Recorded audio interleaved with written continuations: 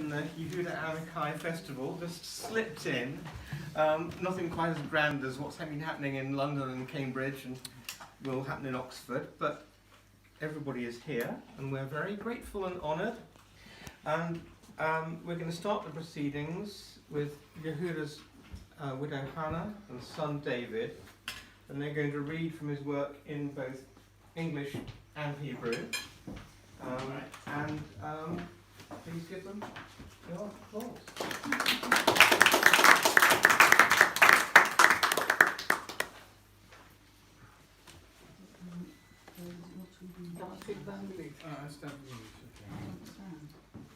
The place where we are right.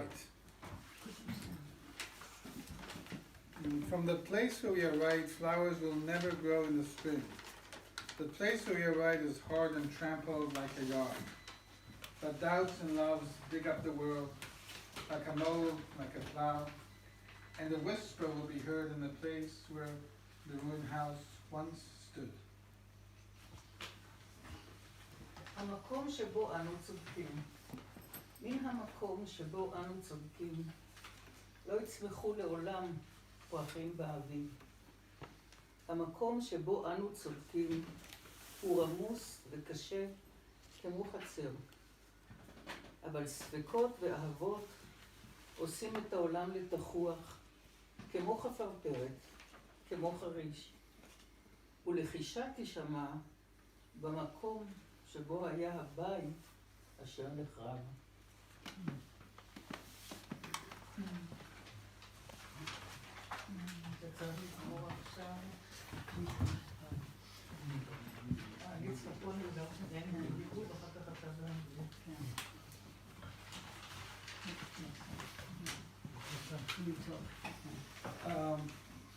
This poem is called Poem Without an End.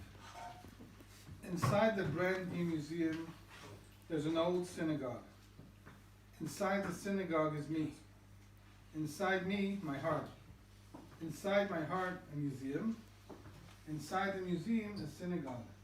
Inside of me. Inside me, my heart. Inside my heart, a museum. בתוך מוזיאון חדיש, בית כנסת ישן.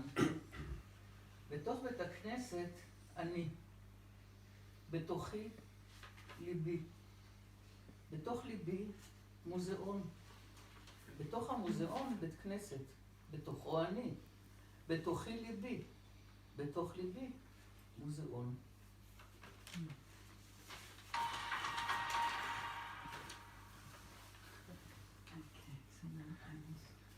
Yeah, and so now we're welcoming, just heard some poems by, one of Israel's foremost poets of the 20th century, and now we have one of the foremost poets of the late 20th and 21st century, Erez Bitton. Erez is going to recite his poems in Hebrew, and Itzhak is going to read them in English.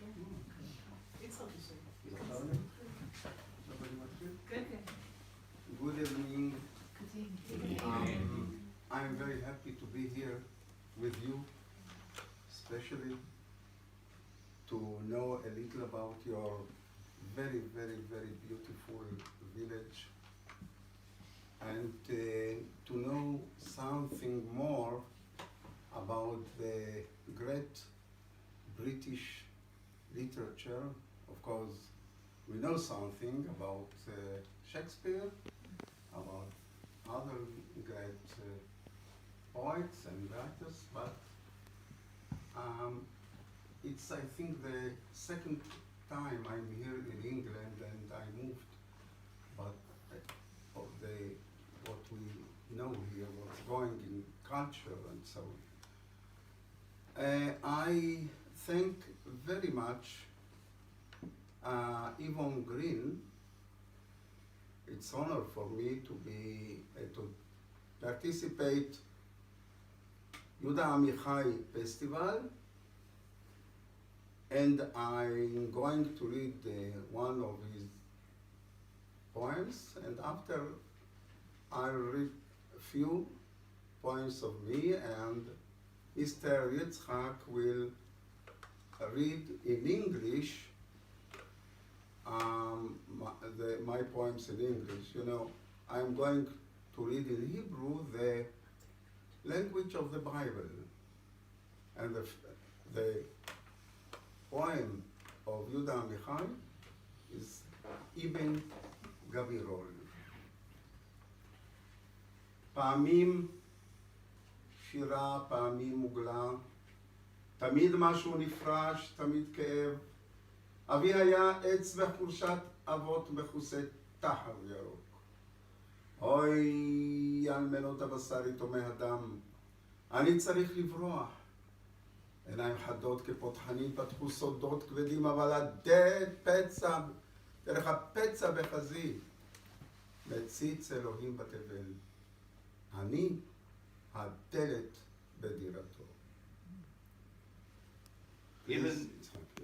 Ibn Gabriel, sometimes puss, sometimes the poem.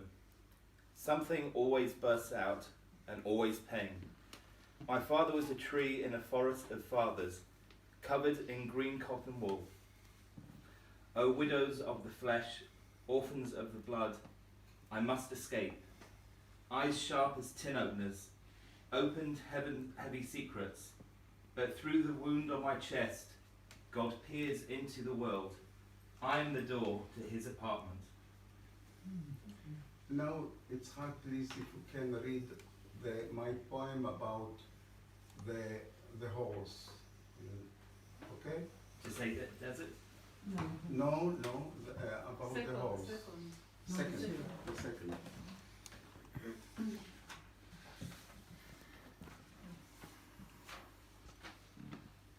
Blindfolded horses. In every blind man, a galloping horse is lodged, aspiring to tear along distances. I'm going to read a poem which I wrote especially for Yehuda Amichai. First, Erez, To- can you read horses in Hebrew? אוקיי.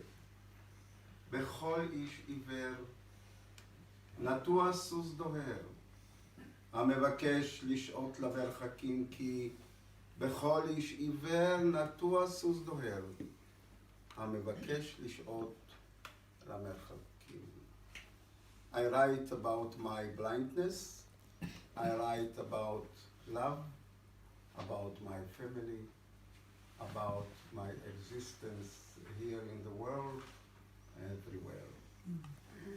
To say desert. יהודה עמיחי להגיד מדבר. ידך השותקת סרטטה לפניי נאות מדבר ירוק על ירוק ודרך אין לך כמו בכלים שלובים העברת אליי את גדולת הדיבר, את פלא הסנה הבוער. And now I want to read Erez, let No. read the translation of Okay, that to please. say this. Okay, please. להגיד מדבר, to say desert. The explanation as well? Yes, Yes. After a joint reading in Erez, a town bordering the Negev and Judean deserts, as Amichai and Bitton travelled to Jerusalem, Bitton asked Amichai to describe for him the essence of the desert as seen along the road, because he was blind. In response, Amichai held Bitton's hand for a few moments, saying nothing. Then Bitton said, "Now I understand. To say desert. Your silent hand drew for me a desert oasis, green upon green, as with connected vessels, a hand touching a hand, through your eyes the greatness of the word was transmitted to me as well as the wonder of the burning bush." Now I'm going to thank by a poem to those dogs who help blind people everywhere. הכלב ואדוניו, כי בקצב אדוניו יצעד הכלב הנאמן על ארבעותיו, ואם יצלע אדוניו גם הוא יגמגם בהליכותיו ירד. מדרגה רגל, מדרגה רגל, מדרגה רגל עד לתחתיותיו ועד למשטח הישר שלו ימעד אדוניו. יכבוש תאוותו למרחקים בלי גבול, יעצור בחובו את שמחת המתפרצים אל הצוות. אבל מה יעשה איש עיוור שכלבו נחלה פתאום? יישא אותו בידיו, ירסל אותו בזרועותיו, יתנתק, ייתקל בעץ, באבן שפה, מדרכות שבורות יביא אותו אל הרופא הנאמן להשיב לו גמול, חסד תחת חסד, ליווי תחת ליווי, על שהביא לפניו את טעם יערות עד ותנופת המתפרצים אל הציד. מסדר זיהוי. הם יעמדו עליי כמו במסדר זיהוי. הם יבקשו לפייס אותי בעיניים של ילדים, אז אזכר בגיחוכיי הכבדים. אותה שעה יבואו להתדפק עליי כאבים עייפים. אותה שעה קו אופק יבהיק בקו חיוך דקיק. אז אפנה את פניי לקיר ולא אכיר. הם יחשבו שאני עושה את עצמי כמו להכעיס. הם תמיד חשבו שאני עושה את עצמי כמו להכעיס. אותה שעה, מה הם ימצאו בי? אוקיי, The dog and his master.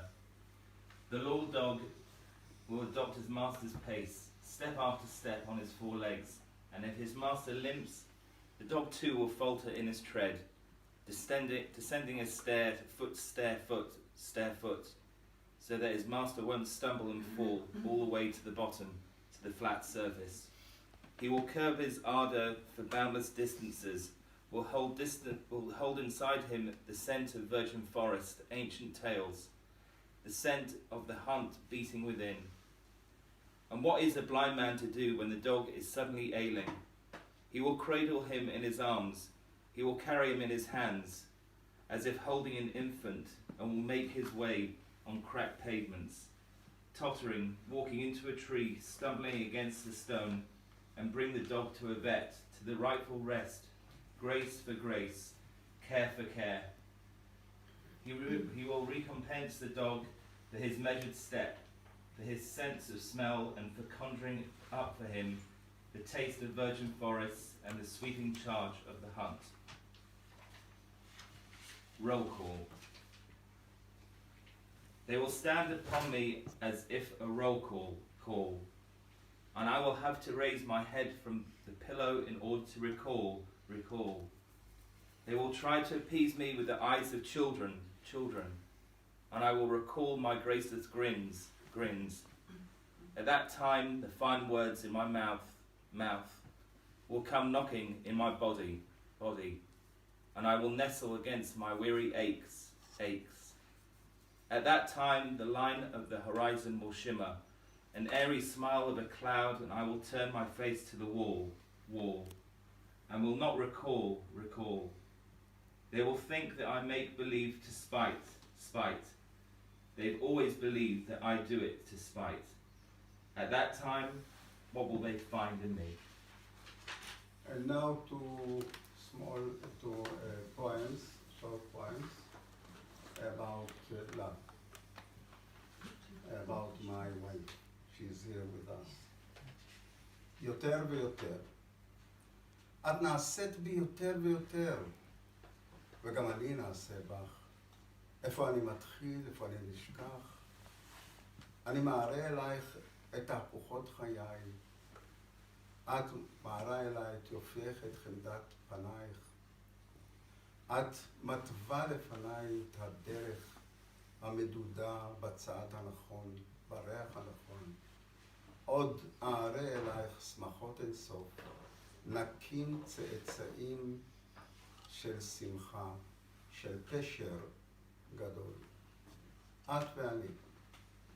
אני לידך, נהיר וברור, וגדול ומפוענח. אבל את יודעת שעם כל נגיעה קלה, אני נכון לנפילה הגדולה. לאמי לא חיו לה הילדים. This poem is about my mother who was born in Morocco, in North Africa, and it's telling about all the mothers who lost their children. לאמי לא חיו לה ילדים לאמי. הראשון לא חי לה הראשון שקראו לו דוד על שם אביה, השני לא חי לה השני, שקראו לו מאיר על שם מאיר בעל הנס, ולא היה לו נס לחיות. והשלישי חי לה השלישי, וקראו לו יאיש, שזה חיים, וזה הייתי אני, וחייתי לה. אבל איזה חיים חייתי לך, אמי? אוקיי. So you love very fast, I think.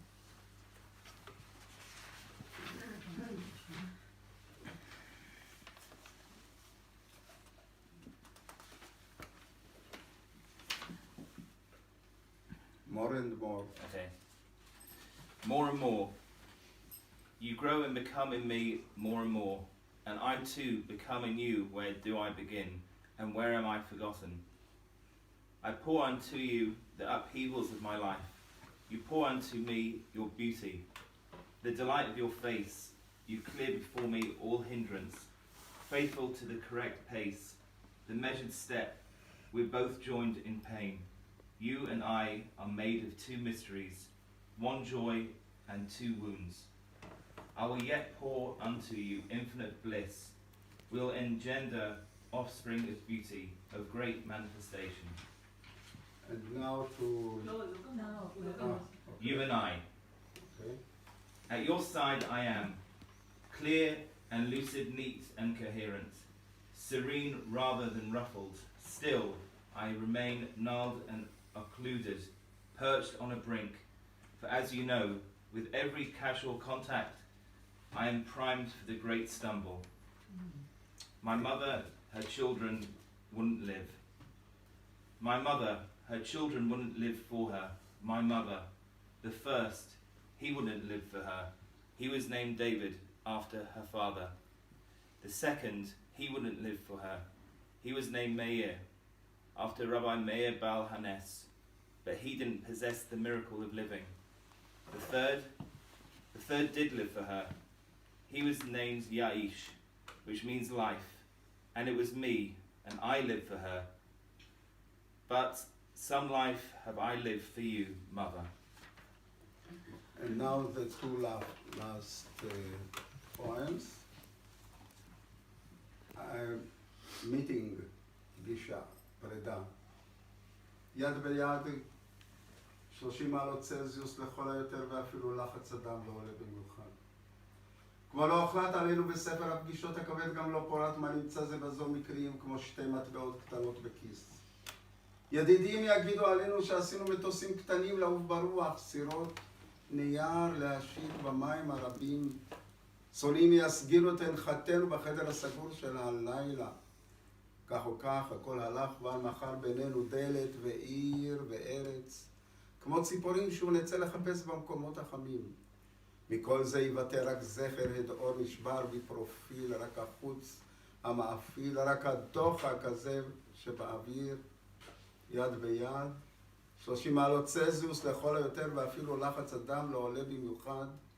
שלום, שלום לך, היה נעים מאוד, ואפילו מיוחד. And the last poem about Oh, Jerusalem. Erez, let's read them. Sorry? No, read meeting. No, no. Read meeting. Okay. Please, we come in. Meeting. Okay, please. Please. Meeting. Can you Meeting, hand in hand, 30 degrees Celsius at the most, and already your blood pressure rises notably. You peck at the beautiful words, believing for some reason you'll never meet again, nearly forgetting that as soon as tomorrow, on the bus or in the store, and you venture a smile, in any case, wishing to gain time, maybe a joke, maybe a well-made tale.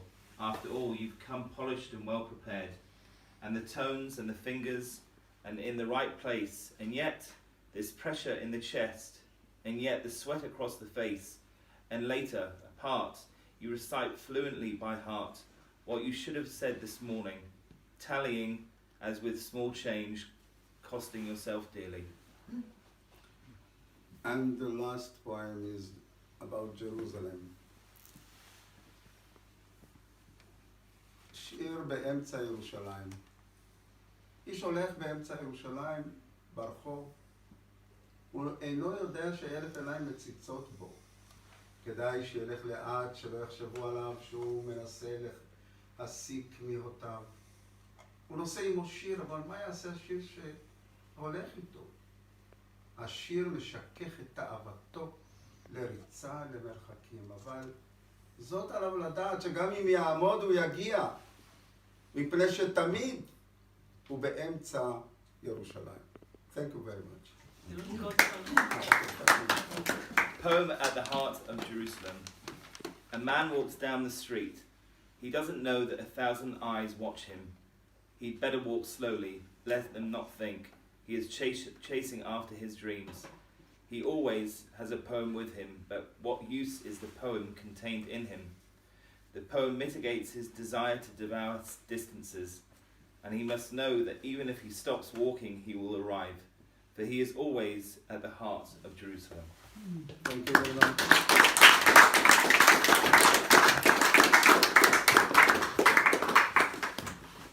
And now our host Yvonne Green is going to read. I think she's going to read one or two by Yehuda Amichai, and I hope some of her own.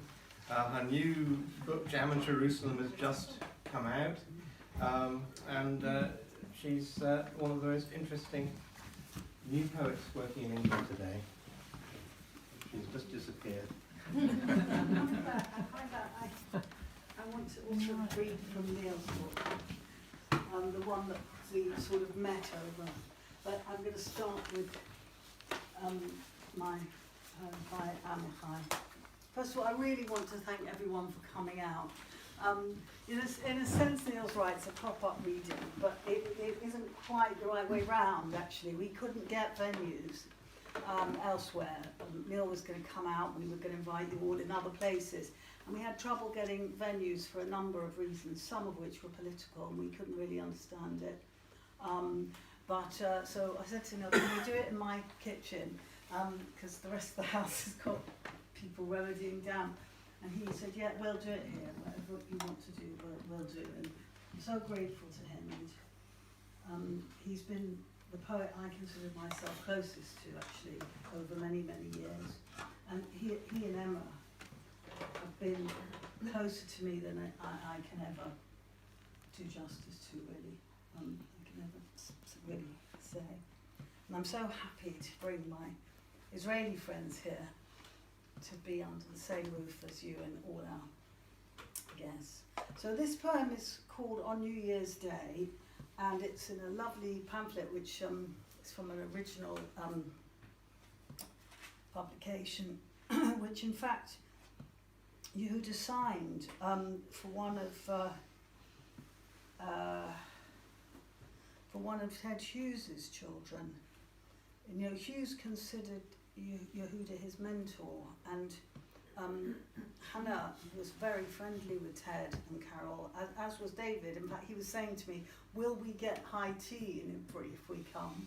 And I only have one proper teacup, the other one's got no handle, so had it all ready for him with some scones. I didn't want to disappoint him. Of course, he had that at the Hughes' house when he stayed with them in the 60s. Anyway, 70s was it? When was it you went? 84. 80, really? Oh, that late. Okay. Of course, you're so young. On New Year's Day, next to a house being built, a man vows not to do any wrong in it, only to love in it. Sins that were green in spring have dried out in summer and now rustle and whisper. So I washed my body and trimmed my fingernails, the last favour which a man does for himself while he is still alive. What is man? During the day, he breaks up into little words what night has turned into a heavy lump. What are we doing to each other? What does a father do to his son? What a son to his father? And nothing stands between him and death. There's a thin defence, like a battery of excited lawyers, a fence of words. And he who uses people as handles, or who steps on a ladder, will soon find himself embracing a piece of wood and holding a hand cut from its body and wiping his tears with a potsherd. I'd like to choose something of Neil's. There's one I absolutely have always loved, which was the Reivers. It's the first poem in the book. Is it the first? There's so many that I love, but I'm going to read you this. Can you just define Reaver for me so I get it right? This poem's about my mother's family, or ancestors at least. It's called Border Reivers, and the Border Reivers were basically people who lived either side of the border between England and Scotland and lived by stealing each other's cattle. Border Reivers. I remember them, the Border Reivers, men born with the tang of blood in their throats, women with the salt of tears, a spitting fire and a flea-bitten hound sucking the marrow from a bone. Fierce as the wind, their knives stropped to a wicked edge, they lifted their candles and their cattle, they lifted their cattle and their brides and bedded them both on straw, a nest of rats in the decaying tooth of an old peel tower, their tongues still thick with old Norse, their eyes surprised not to be at sea. It's Neil's. It's also a very early special pamphlet, special collection, sorry. Right, so both Erez and I come from, originate. He was born in an Arab country and I was, in a Middle Eastern country, and my mother was born in Egypt and my grandparents in Bukhara, so both Arabic speaking cultures. In fact, we were in Bukhara for 2,700 years on my mother's side, so we have a long history which we know. So I thought I'll just read something sort of about the things that we have in common in terms of coming from Eastern cultures. Because the Western Jews are more commonly known about, that there are Ashkenazi Jews, so-called, but Sephardim have come. I mean, 1 million migrated into Israel when the state was founded, but also many went all over the world, as my parents, my family. So our food. The smell of rice cooking is the smell of my childhood. And a house devoid of cooking smells is no home. Sometimes I visited other houses which smelled like our house, heavy with the steaming of mint or dill and tiny cubes of seared liver, all seeping into rice, which would become green and which was called bash. We felt foreign, shy of our differentness, unable to explain the sweetness of brown rice called osh savo, where prunes and cinnamon and shin meat had baked slowly, melting into the grains of rice which never lost their form.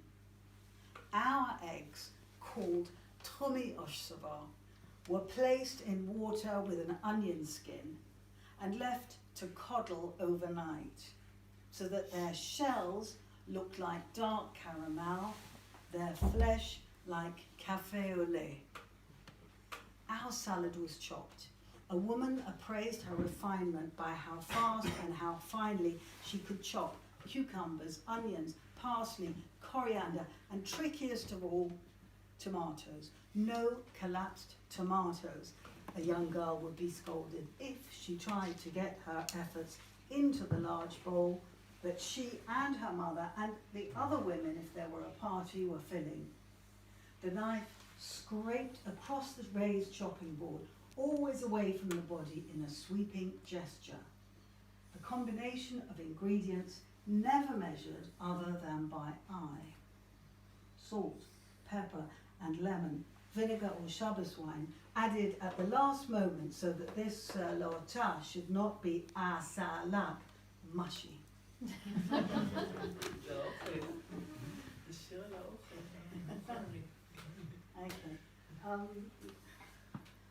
Let me see. Here's one. I hope you'll forgive me. You know I'm always very bad on the oxygen subject. My main interest in Emma's oxygen is how she's wearing it on any given day, because she's got such an amazing array of techniques. Anyway, so this poem's got oxygen in it by chance. I wrote this poem 10 years ago when I thought my parents were terribly, terribly old. They're now in their 90s, and I realised I had absolutely no idea what terribly old meant. And as you care for them and you're blessed to have parents aging, of course your perspectives change. So this is an out-of-date poem. And it's evidence that a poet, at the minute you've written something, you think differently about the same subject. Guests. Oh yes, now this is about people, the family coming for a wedding, and it refers to Appa, which is older sister, because in our culture, the Hawaiian culture, there's only words really for relatives and things, family relations and food and all that, ideas and anything modern. There's just no words for them at all. So Appa is older sister, Hua is younger sister. And there's also a mention of something which is Ayin Hara, which is evil eye. And then there's something else, which is that when you bury in our religion, Jewish religion, you take a little bit of the soil of Israel and you sort of put it in the ground, wherever the person's buried in the world. If it's an Orthodox burial, we have a little box of soil from Israel, and they put it in the ground. In fact, I always wondered how there was any soil left in Israel. Anyway, it's called Guests. Travel safe, old parents, without the need for oxygen, without sore guts, bad circulation, nightmares, fears of Ayin Hara. Travel safe, Appa, whose ankles have thickened, Hwar, who's as modern as aerobics. Bring your fanciest clothes, trinkets, gifts, brachot, prayers, goodies, stories for the henna, that's the ladies' party, dances to heat the blood. Bring music and laughter for me to pile on the bride and water for me to wash her in. We have no use for the soil on your shoes. Wipe your feet before you leave Israel. That earth will find us at the right time. God spare us all for this day.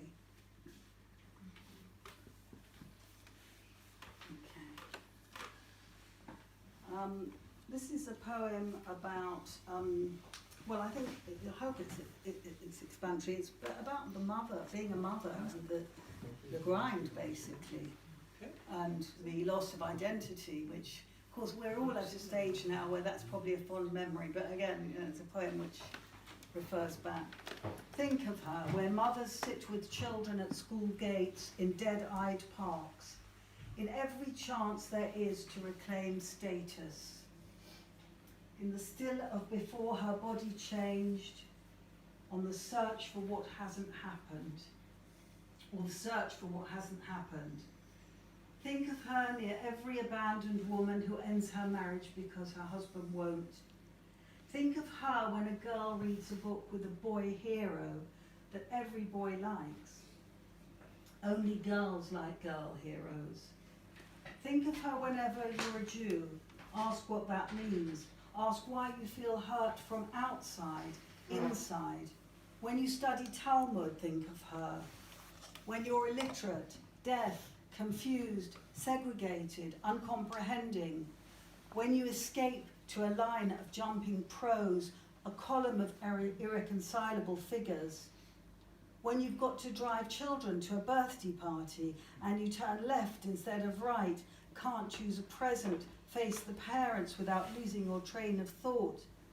Think of her thinking when you read poems with lengthened, measured, halted, staggered breath from cities, suburbs, families, drawing rooms, breakdowns, battlefields. When you get angry or soothed, think of her finding love between poets who wouldn't cede to the silence of death. Think of her cajoled over sausages to publish translations, visions, imagined transitions from 4 alphabets. Think of her going to sleep, staying asleep, lying prone, hopeless, not fighting back until the grey of her hair and resolve measured against that of others who had, did, would choose life over living death. Think of her when you fight knowledge, endure grief you've made no way for. I think we've done it now. Is that about time, would you say? No, Jam in Jerusalem. Jam in Jerusalem. Yes, One please. from Jam and Okay, Jerusalem, so, sorry. One of the new ones. Okay, this is a new book. And I've really, this book, I mean, I've had lovely pictures. This book, the picture on the front of this book is by Nicole Eisman, and it's in the Jewish Museum in New York. And the painter said to my publisher, because they chose it, it's the poem that it's in the book. There's a poem about a Seder night, you know, a Passover meal, and they chose this picture because it had one on. And they asked her what her payment would be, and she said, please, could she have one copy of the book? Isn't that amazing? And this is a picture by Frank Auerbach, and he has just written me a letter saying that he's really proud to be on this book. So I'm really proud to be on this book, I can tell you. Right. So you can have a choice, right? Do you want to know how Jews are feeling right now in this country? Just show of hands. No, nobody wants. Okay. Oh yes, is that a nod? Yes. Okay. There's another. You could have other option is. Do you want to hear about how it feels to look after really old parents? No. You know about that. You want. What a choice. You want. Oh, well, I've got another one. I look, for me, that's most of my days is about that. It's my favourite subject. Talking about more important than talking about grandchildren is how you get through that. Okay, so I'm going to give you a hard one. You may not want to talk to me afterwards, but anyway, let's find a hard one.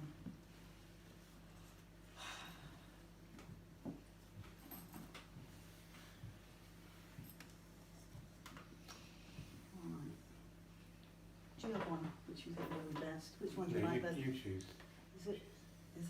Well, I like the salad one about how Jews are feeling. Yes. Well, yeah, but which of them? There's a lot of those in here. The one you offered first. Okay. It's called Fight Back.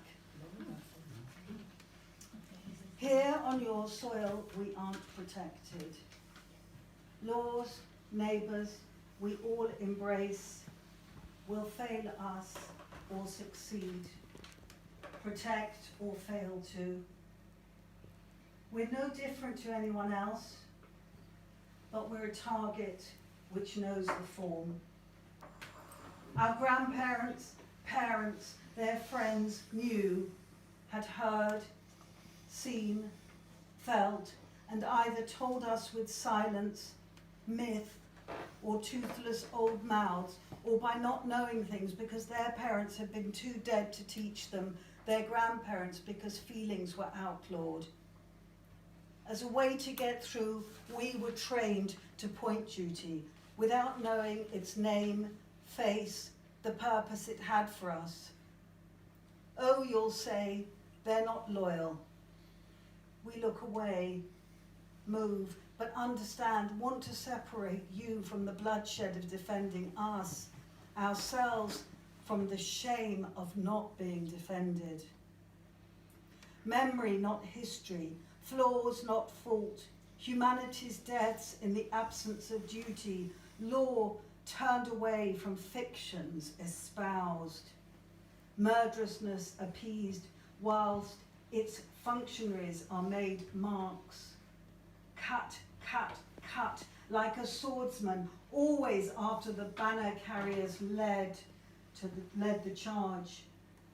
Cut, cut, cut on the hashish pipes around which all the promises snaked, which planned the latest round of deaths.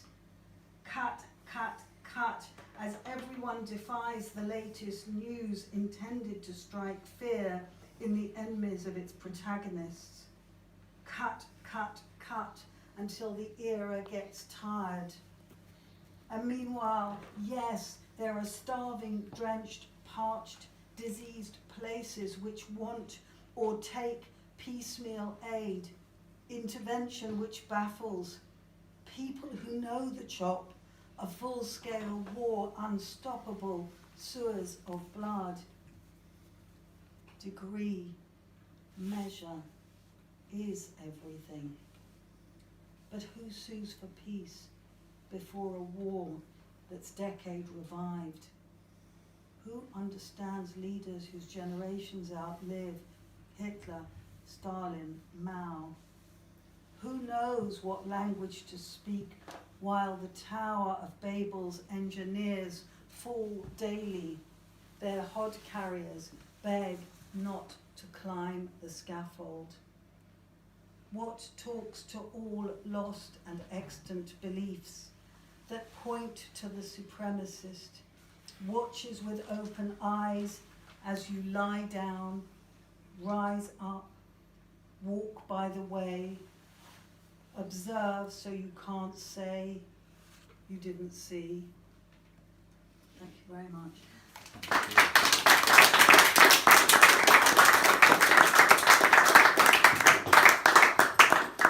Well, how can I introduce my darling friend Neil? I've been reading his work now for, is it 20 years or 15 years? Somewhere between the two. Somewhere between the two, and rereading it. And Ted Hughes said of Amichai's work that it's a work he returned to, which gave him himself. I feel very much that reading Neil's work gives me myself. Actually, I want to borrow those words. For me, Neil's work is actually, in my opinion, unsung. It's not, hasn't been given the recognition it deserves. And every year I tell him to enter that prize I won 15 years ago, because it's the only route I know into this game, which is a stupid one really in that sense. But Neil is my hero, my poetry hero. Neil Phillip, please let's hear it for him.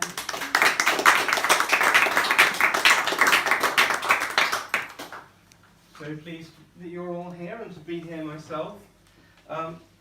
First of all, I'm going to read two poems by Yehuda Amichai, because that's really why we're all here. The first one I'm going to read is called Out of Three or Four in a Room, translated by Asya Gutman and Ted Hughes.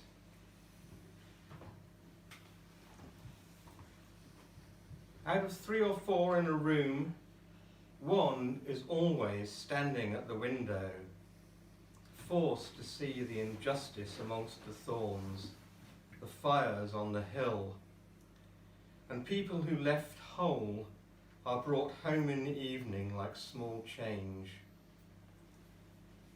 Out of three or four in a room, one is always standing at the window, hair dark above his thoughts, behind him the words, and in front of him the words, wandering without luggage, hearts without provision, prophecies without water, and big stones put there and staying, closed like letters with no addresses, and no one to receive them. And my second Amichai poem is called The Last Word, and this one is translated by Hannah Block.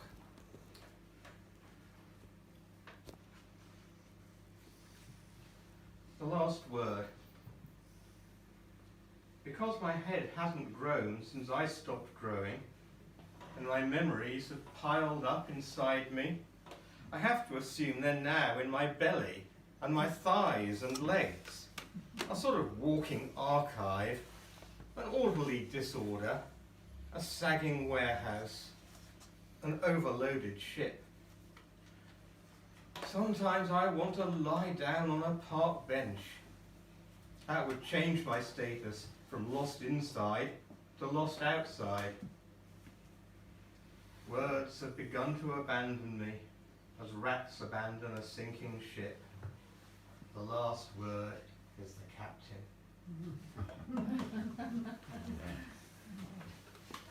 Thinking about the friendship, great friendship between Ted Hughes and Yehuda Amichai, and also about that poem I just read you, I was reminded of my own poetic mentor, the Japanese poet Kijima Hajime, and I want to read you one poem he wrote and a poem I wrote in response, and they are both called Since I Was Born. This is Kijima's poem. Since I was born, I have been walking ceaselessly. I mean always beating this drum of an earth with my two legs. How much sound did this drumming make? Since I was born without cessation, I have been breathing, and this means through my mouth and nose, something of the heavens has been coming and going. How much pure space have I inhaled since I was born? And this is my reply. Since I was born, I have been absorbing light, drinking in the light stream of the sun. How much light has spilled from my eyes. Since I was born, as long as I can remember, I have lived on the light that falls from the sky as sweet and as juicy as dew. How much light will it take to fill this body made from the dust of an ancient star?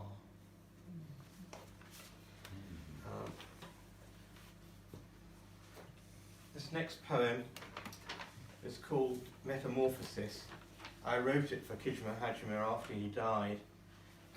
It takes a lot of its imagery from the inscriptions one finds on gold tablets that were buried with Orphic initiates in ancient Greece, which were a kind of guide to them as to what to do and what to say in the underworld after they died. Metamorphosis. Inside the womb, he first grew gills, then wings. His dream was to become everything that ever lived. His thoughts swarmed through the dizzying maze of memory. One became many, many became one. Child of earth and starry heaven, he has flown free from the wheel of grief, straight to the heart of singing light.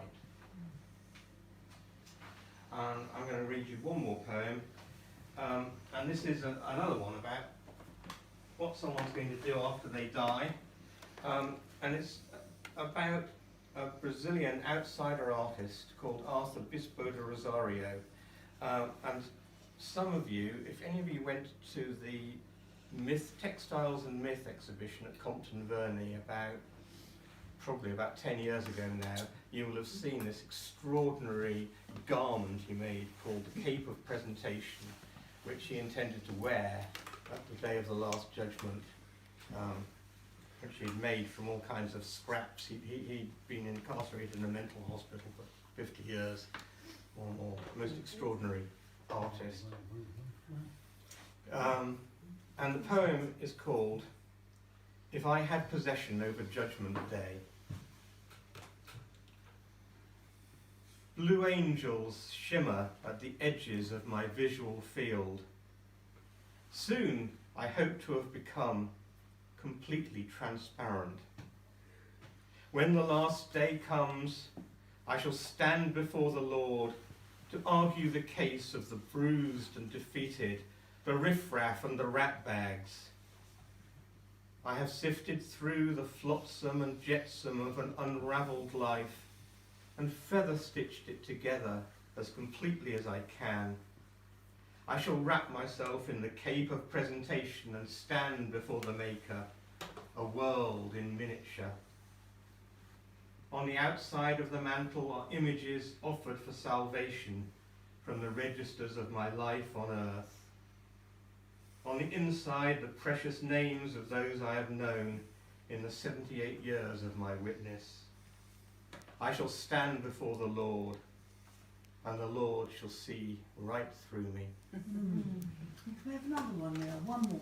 Want one more? One more, Shall I do an Idbury one? Yeah. Hang on. Focus it in.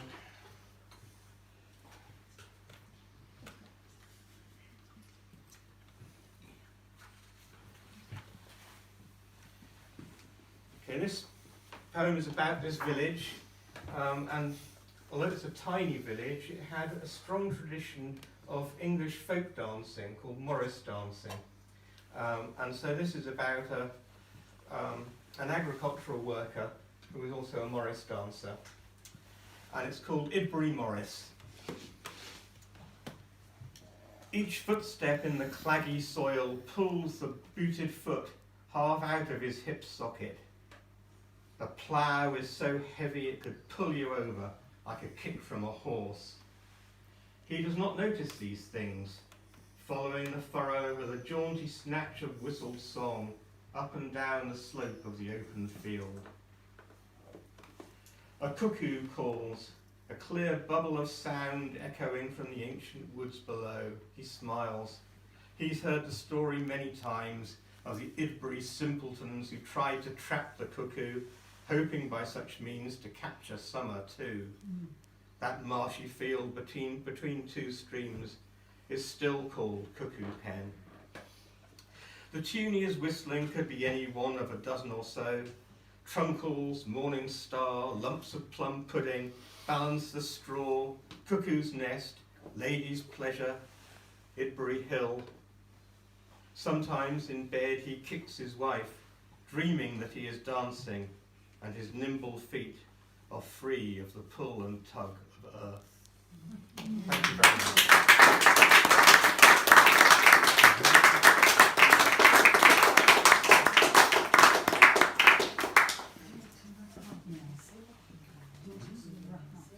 Oh, well, yes, thank you to everyone. Thank you to Hannah and David. Thank you to Erez and Itzhak and Rachel. And thank you especially to Yvonne for welcoming us into her home and her heart. Can I have pudding? And there is pudding. Oh, that's pudding.